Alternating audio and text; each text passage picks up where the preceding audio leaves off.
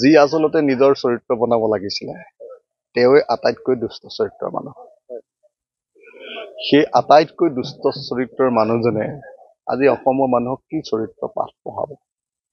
আপোনালোকে সকলোৱে জানে যে পাঠ্যপুথিত চৰিত্ৰ পাঠ এইটো অসমৰ মুখ্যমন্ত্ৰীয়ে ভালকে সেইটো নপঢ়িলে তেতিয়া।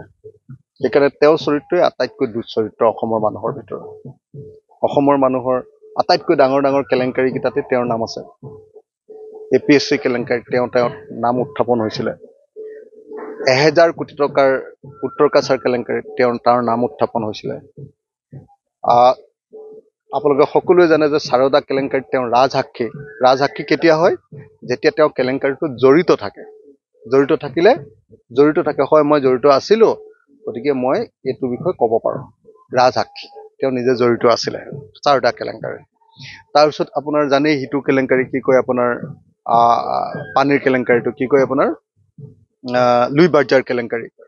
অসমৰ ইতিহাসৰ আটাইতকৈ ডাঙৰ কেলেংকাৰীবিলাক আৰু অসমৰ ইতিহাসৰ আটাইতকৈ দুষ্কাৰ্যবিলাক, যেনেকে MLA বিধায়ক ক্ৰয় কৰা, সববিলাক কেলেংকাৰী তেওঁৰ দৰে কৈছে। গতিকে তেওঁ আৰু কি চৰিত্ৰ পাঠ কৰাব? তেওঁ প্ৰথমতে এতিয়াও মনে মনে ৰাতি আঁঠুৱাৰ তলত এবাৰ সেই চৰিত্ৰ পাঠখন এবাৰ পঢ়ি লৈ নিজৰ গাতটো অকণমান চুই চালে ভাল হ'ব, যাতে জাতিটোৰ আৰু তেওঁ বেছি ক্ষতি নকৰে। আৰু সামগ্ৰিকভাৱে এনে চৰিত্ৰ পাঠ ছাত্ৰ ছাত্ৰীক পঢ়ুৱালে বেয়া নহয়। মই আশা কৰোঁ অসমৰ মুখ্যমন্ত্ৰীয়ে নিজেও চৰিত্ৰ পাঠটো পঢ়িব, তেখেতৰ পত্নীকো চৰিত্ৰ পাঠৰ লেচন কেইটা পঢ়ুৱাব আৰু ল'ৰা ছোৱালীকেইটাকো পঢ়ুৱাব। যি আচলতে নিজৰ চৰিত্ৰ বনাব লাগিছিলে তেওঁৱে আটাইতকৈ দুষ্ট চৰিত্ৰৰ মানুহ। সেই আটাইতকৈ দুষ্ট চৰিত্ৰৰ মানুহজনে আজি অসমৰ মানুহক কি চৰিত্ৰ পাঠ পঢ়াব? আপোনালোকে সকলোৱে জানে যে পাঠ্যপুথিত চৰিত্ৰ পাঠ এইটো অসমৰ মুখ্যমন্ত্ৰীয়ে ভালকে সেইটো নপঢ়িলে তেতিয়া। সেইকাৰণে তেওঁৰ চৰিত্ৰই আটাইতকৈ দুচৰিত্ৰ অসমৰ মানুহৰ ভিতৰত। অসমৰ মানুহৰ আটাইতকৈ ডাঙৰ ডাঙৰ কেলেংকাৰী কেইটাতে তেওঁৰ নাম আছে। APSC কেলেংকাৰীত তেওঁৰ নাম উত্থাপন হৈছিলে।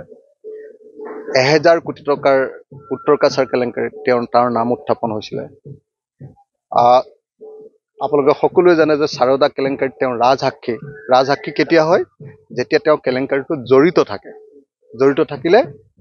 থাকে হয়, মই জড়িত আছিলো, গতিকে মই এইটো বিষয়ে ক'ব পাৰোঁ। ৰাজসাক্ষী, তেওঁ নিজে জড়িত আছিলে সাৰদা কেলেংকাৰী। তাৰপিছত আপোনাৰ জানেই সিটো কেলেংকাৰী কি কয়, আপোনাৰ পানীৰ কেলেংকাৰীটো কি কয়, আপোনাৰ লুই বাৰ্জাৰ কেলেংকাৰী। অসমৰ ইতিহাসৰ আটাইতকৈ ডাঙৰ কেলেংকাৰীবিলাক আৰু অসমৰ ইতিহাসৰ আটাইতকৈ দুষ্কাৰ্যবিলাক, যেনেকে MLA বিধায়ক ক্ৰয় কৰা, সববিলাক কেলেংকাৰী তেওঁৰ দৰে কৈছে। গতিকে তেওঁ আৰু কি চৰিত্ৰ পাঠ কৰাব? তেওঁ প্ৰথমতে এতিয়াও মনে মনে ৰাতি আঁঠুৱাৰ তলত এবাৰ সেই চৰিত্ৰ পাঠখন এবাৰ পঢ়ি লৈ নিজৰ গাতটো অকণমান চুই চালে ভাল হ'ব, যাতে জাতিটোৰ আৰু তেওঁ বেছি ক্ষতি নকৰে। আৰু সামগ্ৰিকভাৱে এনে চৰিত্ৰ পাঠ ছাত্ৰ ছাত্ৰীক পঢ়ুৱালে বেয়া নহয়। মই আশা কৰোঁ অসমৰ মুখ্যমন্ত্ৰীয়ে নিজেও চৰিত্ৰ পাঠটো পঢ়িব, তেখেতৰ পত্নীকো চৰিত্ৰ পাঠৰ লেচন কেইটা পঢ়ুৱাব আৰু ল'ৰা ছোৱালীকেইটাকো পঢ়ুৱাব।